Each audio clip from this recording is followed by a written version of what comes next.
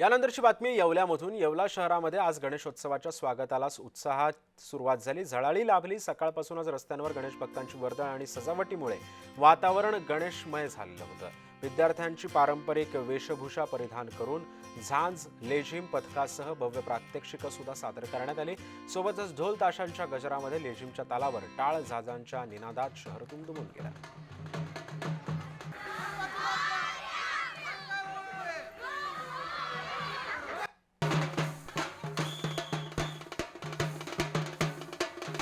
याचाच आढावा घेतला आमचे प्रतिनिधी नरेंद्र बटाव यांनी। महाराष्ट्रात आता आज सर्वत्र लाडक्या बाप्पाचे जल्लोषात स्वागत होत आहे।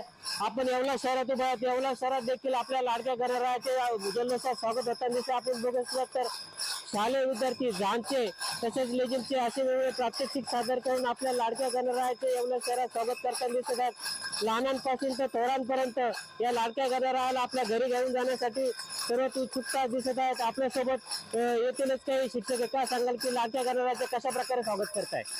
आज लाडक्या बाप्पाचे जे काही स्वागत आहे ते स्वामी मुक्तानंद विद्यालयाच्या ज्या विद्यार्थिनी ते झांज पथक व लेझिमच्या माध्यमाने अतिशय जोरात असे आणि उल्हासात असे स्वागत करत आहेत।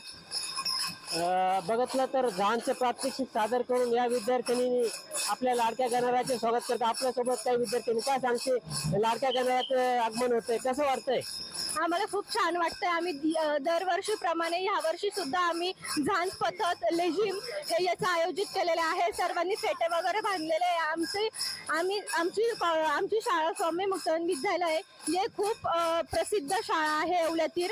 आम्ही दरवर्षी ह्या दिवसाची वाट बघत राहतो आणि यावर्षी सुद्धा आम्ही खूप जोमात गणपती बाप्पाचं स्वागत केलेलं आहे। एकूणच बघितलं तर दरवर्षी लाडक्या गणरायाच्या उत्साहात आम्ही वाट बघत असतो आणि याच लाडक्या गणरायाचे आज येवला शहरात मोठ्या उत्साहात आणि जल्लोषात स्वागत झाले असून हा 10 दिवस चालणारा उत्सव नक्कीच येवला शहरात भक्तिमय तसेच धार्मिक वातावरणात दिसून येणार आहे। नरेंद्र बटाव, जे महाराष्ट्र न्यूज, येवला।